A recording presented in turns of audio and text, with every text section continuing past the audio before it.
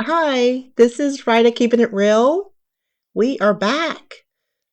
We are reading through the Proverbs and we're reading the proverb of the day. Today is October the 26th, so we're reading Proverbs 26.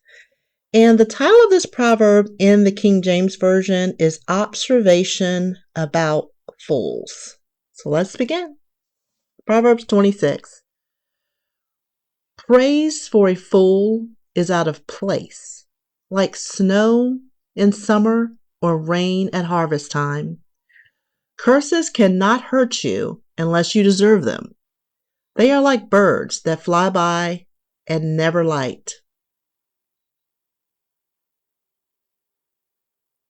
You have to whip a horse, you have to bridle a donkey, and you have to beat a fool.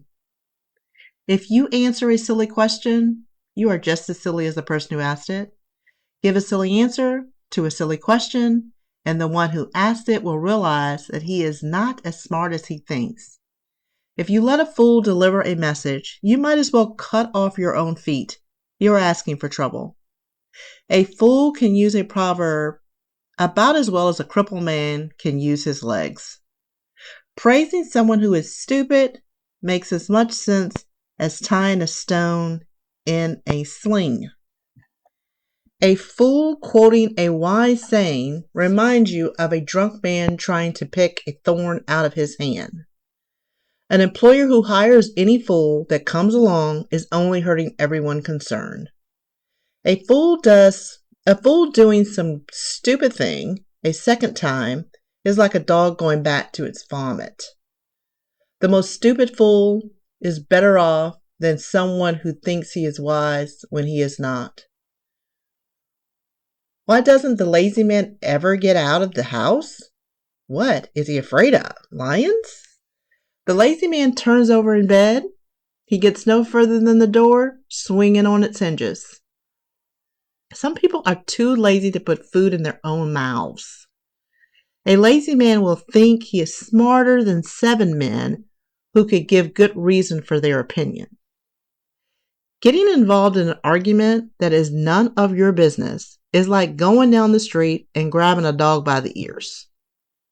A man who tricks someone and then claims that he is only joking is like a crazy man playing with a deadly weapon. Without wood, a fire goes out. Without gossip, quarreling starts. Charcoal keeps the embers glowing, wood keeps the fire burning, and troublemakers keep arguments alive. Gossip is so tasty. How we love to swallow it. Insincere talk that hides what you are really thinking is like a fine glaze on a cheap clay pot. A hypocrite hides his hate behind flattering words. They may sound fine. Don't believe him, because his heart is filled to the brim with hate. He may disguise his hatred, but everyone will see the evil thing he does. People who set traps for others get caught themselves. People who start landslides get crushed. You have to hate someone to want to hurt him with lies. Insincere talk brings nothing but ruin. So that was about being a fool, dealing with fools, how to interact with fools, how not to interact with fools. Again, we did that in under 5 minutes. So here we go. Let's look at some of the pictures and color them. 26:3 says, you have to whip a horse. You have to bridle a donkey. You have to beat a fool. That's interesting. I wonder what that says in the King James. 26:3. Sometimes we have to refer back to that. 26:3.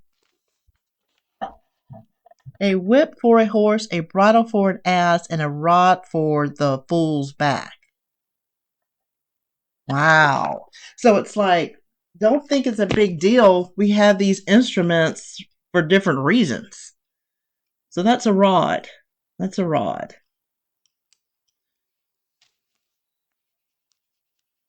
And we all know people who we consider foolish. We don't call them that. We try not to. But we know them. We work with them.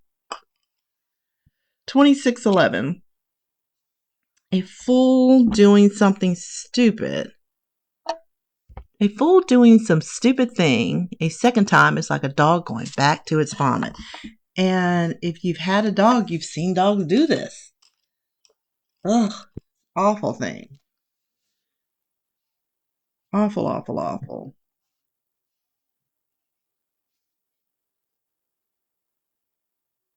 Yeah. So it's like, you can be a fool, but don't do something stupid twice. Right? That's a good image. It's a really good image, right? Dog going back to his vomit. Just like a fool doing something stupid twice. Okay. And then 26:17. Getting involved in an argument that is none of your business is like going down the street and grabbing a dog by the ears. That's a really good one right there. It really is. And sometimes you have to sit back and you have to think, is it any of your business? What are you doing? Is it your fight? Whose fight is it? Getting involved in an argument is like trying to grab, it's like, it's foolish, basically, is what it's saying. Like, why would you try to do that? That's a foolish thing to do. The next one is 26:20. And that says, without wood, a fire goes out. Without gossip, quarreling stops. It's a lot here about gossip. It's a lot about gossip, and the harm of gossiping. So if you gossip, this is for you to think about. Look, the trouble you're causing. Not but for yourself, but for others. And that there is biblical Proverbs against it. Right? And what it does. And in this day and time, you can go online and figure out where in the Bible, everywhere it talks about gossiping. So that's something that's hindering you and hindering others. You can stop doing it. Last one, 26:27. People who set traps for others get caught themselves. People who start landslides get crushed. That's that. And if you've never seen a landslide, you ain't seen, it's just something. I used to work in all throughout North Carolina, driving all throughout North Carolina, the western part of North Carolina, mostly. Some of those little mountain towns, you going through the mountain town, and it's like, all you see is the mountain, is they've cut the mountain to make a road.